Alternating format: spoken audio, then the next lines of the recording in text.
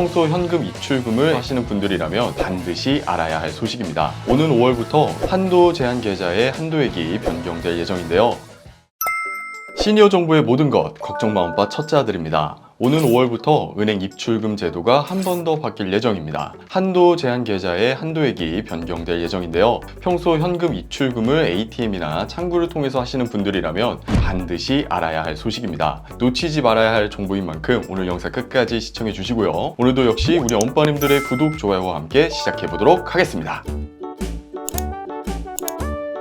2016년부터 시행된 금융거래 한도 제한 제도가 있습니다. 이제는 모든 엄빠님들이 익숙해진 제도인데요. 대포통장 발생 등의 금융사기를 막기 위해 출금이나 이체 금액을 영업정 창구 100만원, 인터넷 뱅킹이나 ATM은 30만원으로 제한했던 바 있습니다. 특히나 새로 통장을 개설하신 경우 많이 답답해 하셨을 건데요. 한도 제한 계좌를 일반 계좌로 전환하기 위해서는 재직증명서, 급여 명세표 등을 제출해야만 했었고요. 법인인 경우에는 더 복잡합니다. 물품 공급 계약서나 부가가치세 증명원, 납세 증명서 등의 서류를 제출해야만 했습니다. 혹은 은행에서 정상 계좌로 판단할 수 있는 일정 거래 실적을 충족해야 했었죠. 그래서 특히 자영업 하시는 분들의 경우에는 업무 특성상 통장을 여러 개 개설해야 하는 경우들이 있잖아요. 이 금융거래 한도 제한 제도 때문에 장사하시는 분들은 그동안 번거로움을 많이 감수해야만 했었습니다. 이러한 상황에서 작년 2023년 규제심판부에서는 금융거래 한도 제한 합리화 과제에 대해서 규제심판회의를 개최하고 국민 불편 해소 방안을 논의했는데요. 금융거래 한도 제한 제도가 법적 근거도 없이 국민의 금융 서비스 이용을 과도하게 제한하는 일명 그림자 규제라는 지적이 많았습니다. 실제 예시를 살펴보면 특히 전업주부, 청년, 고령층이나 소득 증빙이 어렵고 거래 실적이 상대적으로 저조한 금융 취약 계층에게 문턱이 높았는데요. 주부 A씨는 수년간 남편으로부터 생활비를 이체받아 생활해 오셨고 여유 자금 운영을 위해 다른 은행에 신규 계좌를 개설했습니다. 이후 신규 계좌에서 50만 원을 이체하려고 하니 30만 원 한도에 걸려서 발목이 잡혔습니다. 은행에서는 본인 소득 증빙도 안 되고 계좌 개설 목적이 불투명하다며 한도를 해제해주지 않았죠. 신규 창업자 B씨의 경우에는 더 답답한 일이 일어났는데요. 계좌 개설 후에 직원 급여를 이체하려 했으나 인터넷 뱅킹 한도가 30만 원으로 제한되어 있어서 며칠에 걸쳐 쪼개서 월급을 입금했습니다. 이게 한두 명 월급을 주는 게 아니잖아요. 모든 사람들에게 불편한 상황이 초래되자 은행에 문의를 하니 신규 법인으로서는 제출이 곤란한 납세 증명원, 부가가치세 증명원 등 각종 서류를 제출해야 한도 해제가 가능하다는 답변을 들었다고 합니다. 이렇게 현재 기준의 거래 한도, 그러니까 30만 원에서 100만 원 사이의 금액은 해외와 비교하면 턱없이 낮은 수준이라고 하는데요. 여기에 더해 일이 터지고 말았습니다. 최근 청년희망적금 만기를 앞두고 전국은행에 총 비상이 걸렸다고 합니다. 청년희망적금의 경우에는 만기가 1000만 원이 넘는 가입자들이 있는데요. 거래 이력이 부족한 청년층들이 주로 가입했다 보니 신규로 은행 계좌를 만든 분들의 경우에는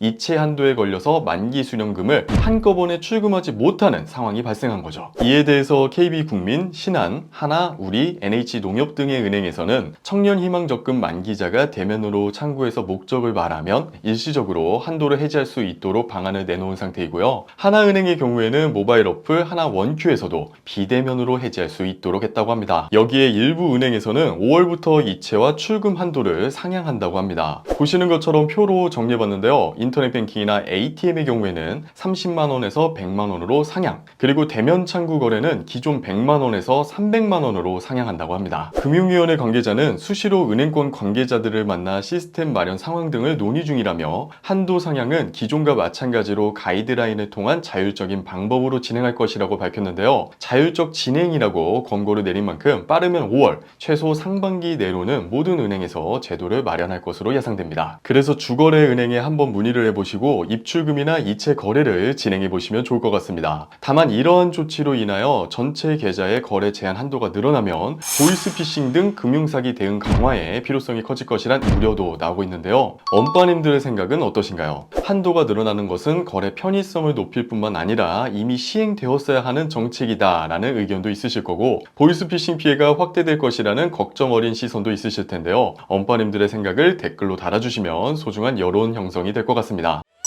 오늘은 전 국민 모두 한 번씩은 겪어보셨을 불편함이었죠. 금융거래 한도 제한 제도에 대한 이야기를 나눠봤는데요. 우리 엄빠님들의 삶에 도움이 되는 여러 가지 생활정보, 저희 걱정마 엄빠를 구독하시면 빠르고 신속하게 받아보실 수 있습니다. 그러니까요, 잊지 말고 지금 구독, 좋아요, 알림 설정 한 번씩 눌러주시고요. 다음에 더 알찬 정보와 함께 찾아뵙도록 하겠습니다. 감사합니다.